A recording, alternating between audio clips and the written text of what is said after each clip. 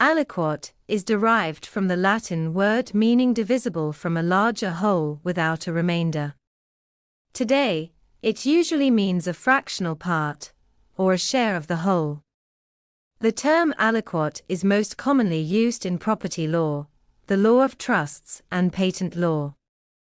In the context of patent law, aliquot may also refer to a fractional part of a specimen used for testing in an experiment.